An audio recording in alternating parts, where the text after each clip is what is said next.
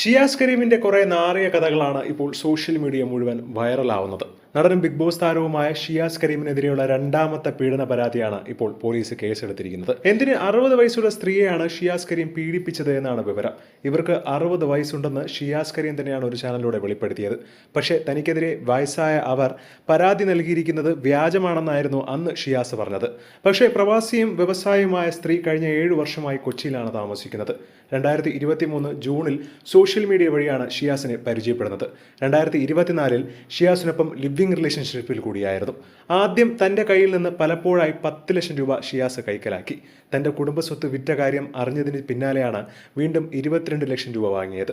Gym തുടങ്ങാനാണെന്നാണ് ആദ്യം പറഞ്ഞത്. പിന്നീട് ജിം തുടങ്ങുമ്പോൾ അതിൽ പങ്കാളിയാക്കാമെന്ന് പറഞ്ഞു. അതുകൂടാതെ ആജീവനാന്തകാലം തന്നെ ഒപ്പം നിർത്തുമെന്നും വാഗ്ദാനം നൽകി. അതിനിടെ ആരോഗ്യ പ്രശ്നത്തെ തുടർന്ന് തന്റെ ഗർഭപാത്രം നീക്കുകയായിരുന്നു.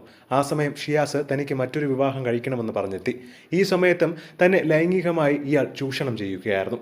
വിവാഹത്തിനായി വസ്ത്രങ്ങൾ എടുക്കാനും വിവാഹ സൽക്കാരം നടത്താനുമൊക്കെ തന്റെ കയ്യിൽ നിന്നുമാണ് ഇയാൾ പണം വാങ്ങിയത്. ഷിയാസിന്റെ പിന്നീടുള്ള വിവാഹത്തിന് ശേഷവും താനുമായി അടുപ്പം തുടരുകയും ലൈംഗിക ചൂഷണം നടത്തുകയും ചെയ്തു. കൊച്ചിയിലും കോഴിക്കോടുമായി പല ഹോട്ടലിലുമായി താൻ ലൈംഗിക ചൂഷണത്തിന് ഇരയായി.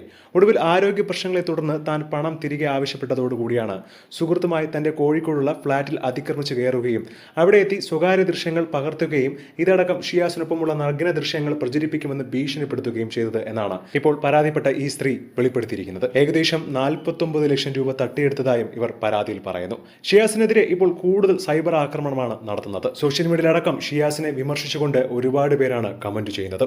എന്താണ് ഇതിനെക്കുറിച്ചുള്ള നിങ്ങളുടെ അഭിപ്രായം എന്ന് താഴെ മറക്കാതെ കമന്റ് ചെയ്യുക.